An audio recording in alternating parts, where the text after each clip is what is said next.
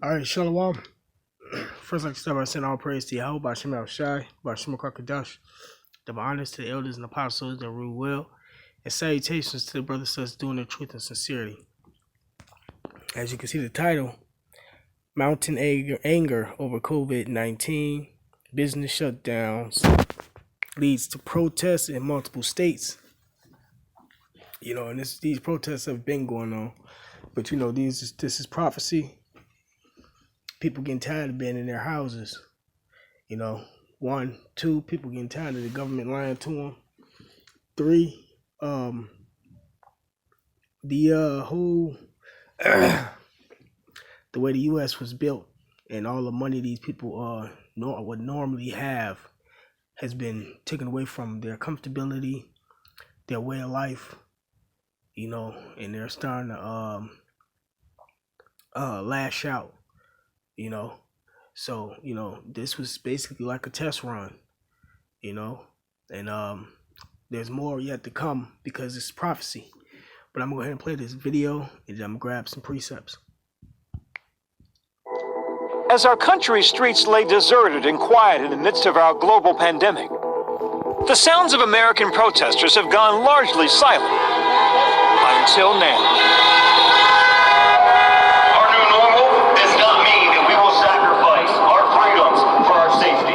This morning in Harrisburg, Pennsylvania, hundreds of protesters defied the state stay-at-home order and lined the streets in front of the state capitol. Get me liberty or get me death! To voice their frustrations around their state's lockdown. I don't think it's a good thing for our economy or our country to shut down businesses, because in the end, who's going to pay for it? For the past few days, this sentiment has moved throughout the country in small pockets. We had a really smoking economy. Many of the protests organized by conservative groups. But for some, their reasons go beyond politics. We want to go back to work. From Wisconsin to Colorado to Maryland. At the same time, the death toll climbing, now topping 42,000, including some of the youngest victims we've seen, like 5-year-old Skylar Herbert. Making this a difficult... Now, just another note, all these deaths that they claiming, it's part of their whole agenda. There's really not that many deaths. They just hyping up the numbers. Called in heated debate about how and when to reopen America. Unless we get the virus under control, the real recovery economically is not going to happen. So what you do if you jump the gun and go into a situation where you have a big spike, you're going to set yourself back. On Friday, the president tweeted some states needed to be, quote, liberated. Today, he said he's working with state governors to figure out how to reopen responsibly. It's critical to continue the medical war while reopening the economy in a safe and responsible fashion. People, I think, have forgotten that the original plan was not to get rid of coronavirus and not to stop any fatalities or hospitalizations, but to lower the peak. And it seems many places have begun to lower that peak. On the streets of Harrisburg, some protesters say they need relief now. As a small business owner, I want to stand up for my employees and our way of life to be able to earn a living. Aaron Riddle says the governor's order has forced him to lay off 30 of his employees. He's closed construction business. He's one of 5 states that deem construction non-essential, non-life sustaining, so I had to lay off my employees. We have no work. We're exercising our First Amendment by saying that we think this is unfair and Americans need to get back to work. Reopening the state shouldn't be a political issue. We voted in a governor, and we want to work with that governor. Matthew Bellis organized this rally on Facebook. We feel that the governor has really kept us in the dark, and we haven't had a voice yet to know exactly how and why the decisions are made to put this lockdown in place and what measures we're going to take to reopen the state. We're not subjects, we're citizens, we're free people. We need to know exactly what's happening with our government. Protester Diana Schaefer agrees. Let's start opening PA safely, and we're ready to get back to work. Over a month out of work as a photographer and her pay as a part-time teacher's aide on pause, the single mother of 2 is starting to feel the effects of not being able to work. Normally, at this time, I would be slammed with senior pictures. That is a huge seller in the spring, and also weddings start becoming prevalent. And instead, I just have a bunch of free time and frustration. She says her views have been met with harsh criticism. I was getting comments like, "You're part of the problem, you're going to kill everybody," things like that. Just really off the wall. I actually thought I would get more support, and I did not. At least not at first, until I realized there was a lot of people that felt the same way that I did, but they just didn't have the courage to speak out about it. But she believes it's worth it. I'm not sure if it'll make a difference with the governor's decision to reopen things, but at least he knows we have a voice and we're not going to back down. Pennsylvania Governor Tom Wolf reacted to the protest by saying he will ease some restrictions on May 8th and allow limited construction to resume in the state as long as social distancing protocols are in place. We have to figure out how to open up the workforce in a strategic and safe way. That may mean that we're masked. We may have to space out individual workstations. So those are the type of workplace infection control measures that will be necessary in order to make sure that we decrease the number of cases that we see. Some governors are slowly reopening their states now. In Georgia, Governor Brian Kemp declared gyms, barbershops, bowling alleys can reopen on Friday. Texas will reopen some businesses on Friday as well. I think we're going to see red states respond differently than blue states. And it's that balance of making sure that we can treat people that are sick in our hospitals while also understanding that we have to open up our economy at some point. Certain states are going to be ready before others, and not just states, but even within the states. There may be certain towns or cities that have less cases than others, so those towns or cities could open up before other places within that state. One of the first places in our country to kick off this kind of protest was Lansing, Michigan. Dubbed Operation Gridlock, more than 3,000 protesters took to their cars last Wednesday to oppose the governor of Michigan's stay-at-home order. It's time for our state to be opened up. We're tired of not being able to buy the things that we need, go to the hairdressers, get our hair done. It's time to open up. Protest was organized by a group called the Michigan Conservative Coalition. My name is Marion Sheridan. Marion Sheridan is the group's co-founder. It was a great avenue for people to express their frustration with our governor and her heavy-handed policies. Michigan Governor Gretchen Whitmer has imposed some of the strictest stay-at-home orders in the nation.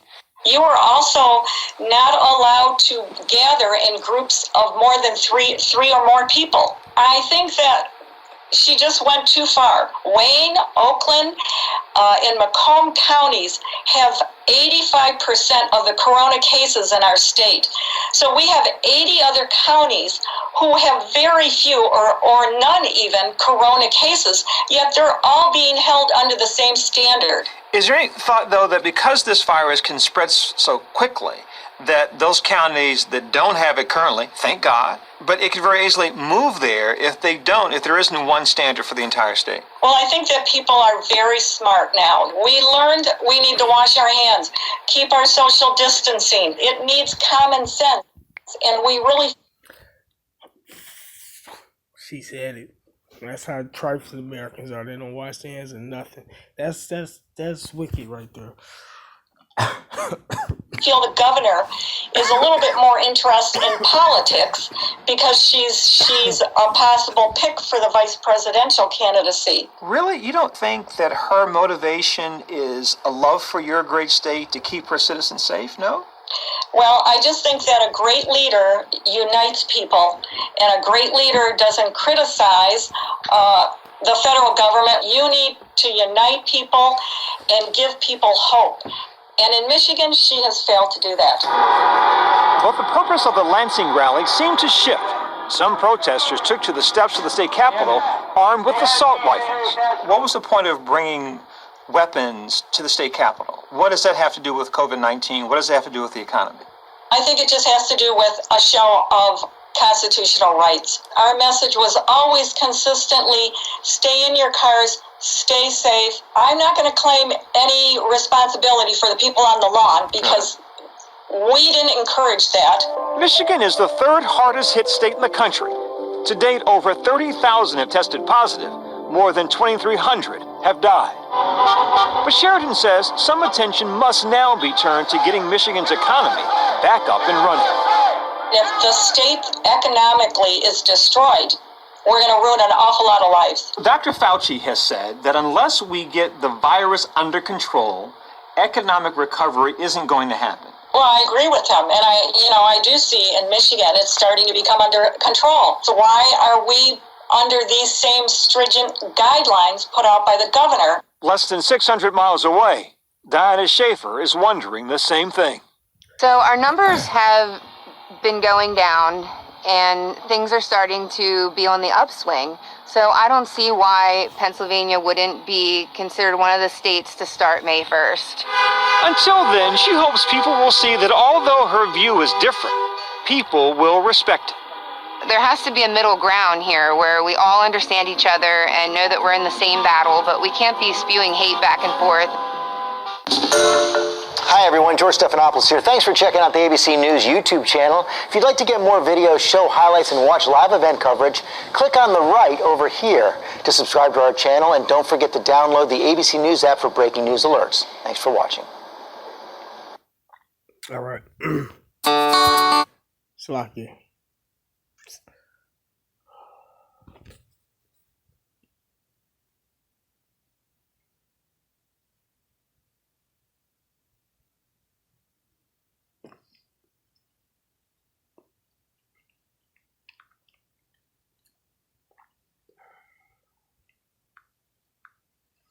This Ecclesiastes chapter 39 verse 1, it says, "But he that giveth his mind to the law of the Most High, and is occupied in the meditation thereof, will seek out the wisdom of all the ancients and be occupied in prophecy." Right, so this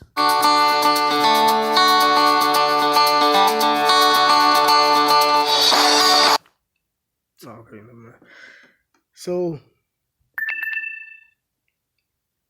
this so you're supposed to be occupied in prophecy, paying attention to the events that's going on so you can know the next couple moves. Because as I was doing Lyft, you'll have people saying like, well, we don't watch the news, or I don't watch the news. And then, there's Jake and them retarded. They be like, they don't watch the news, but then they get mad at the fact certain laws get passed and certain stores not open and they can't do what they want to do. That's why they're going to be put to death,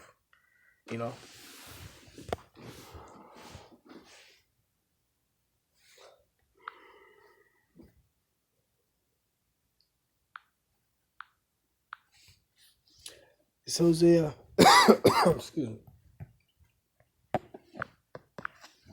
Hosea chapter 4 verse 6, "My people are destroyed for lack of knowledge. Because thou hast rejected knowledge, I will also reject thee, that thou shalt be no priest to me, seeing thou hast forgotten the law of thy power.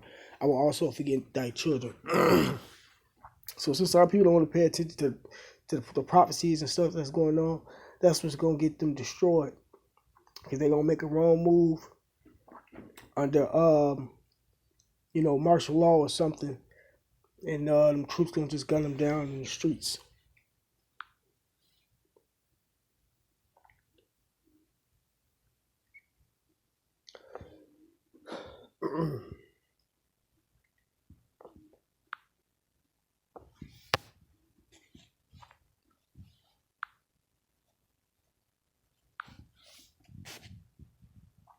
This second Ezra chapter 15 verse 16.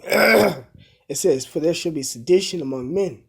And that's people uprising against their governments.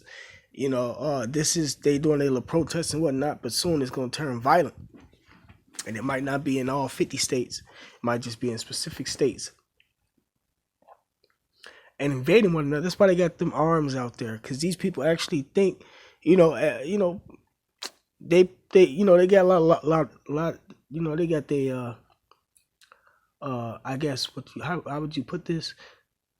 they got their so-called constitutional amendment rights, but under specific emergencies and martial law and stuff of that nature, those laws mean nothing. Is the best way I can put it as of now.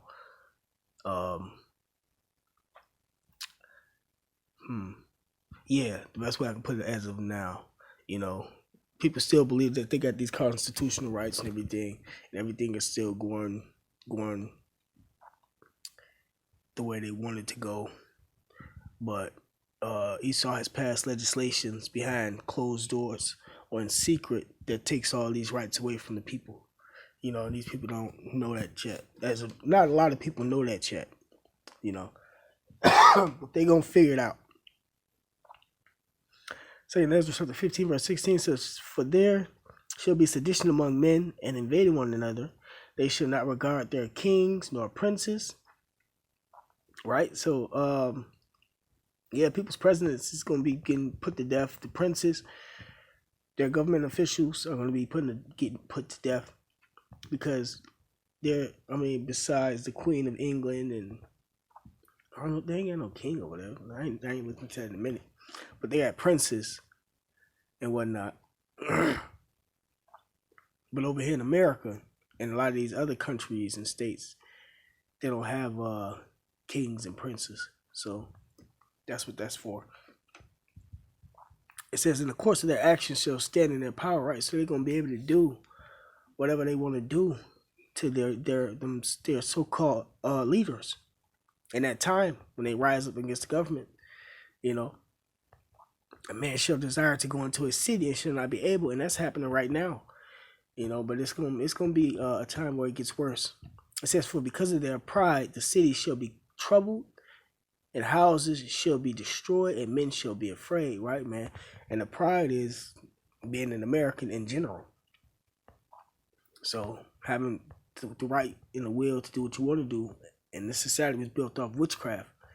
To do it thou wilt, Alistair Crowley, so on and so forth.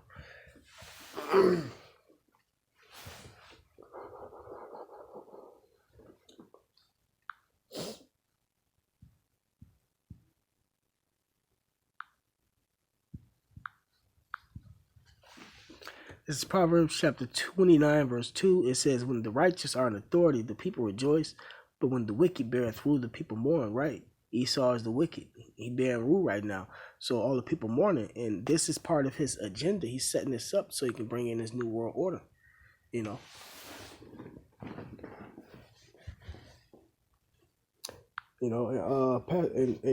thing they're going to do eventually is pass off that RFID chip. Just to make mention of that.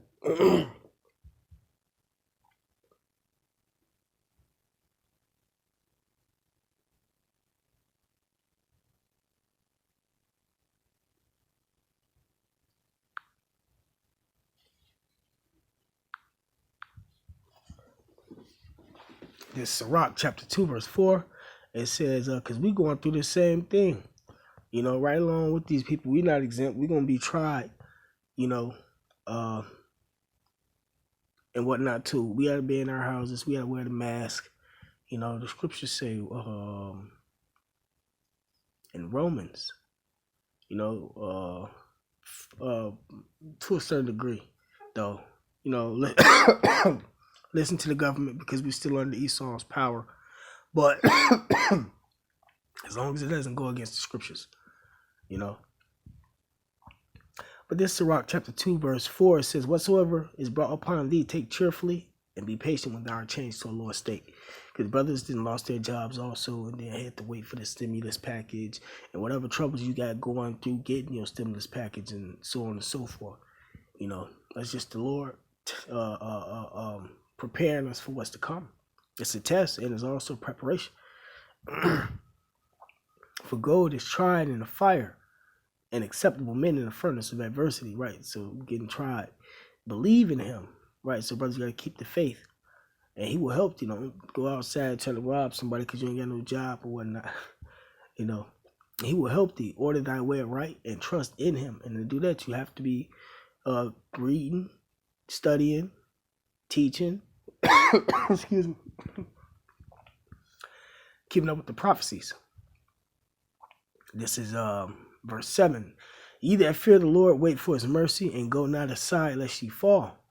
Ye that fear the Lord, believe him, and your reward shall not fail, right? So your reward ultimately going to be the kingdom of heaven. As long as you keep doing what Yahweh Shai say, man. Ye that fear the Lord, hope for good, and for everlasting joy and mercy. Look at the generations of old, and see did ever any trust in the Lord and was confounded, or did any abide in his fear and was forsaken, or whom did he ever despise that called upon him? So you will only know that the Lord delivered his people and had his people safe by reading. Because you got to read to build your faith up. You know, the only way you're going to know that, verse 10 right there, is if you've been reading and studying this stuff, man.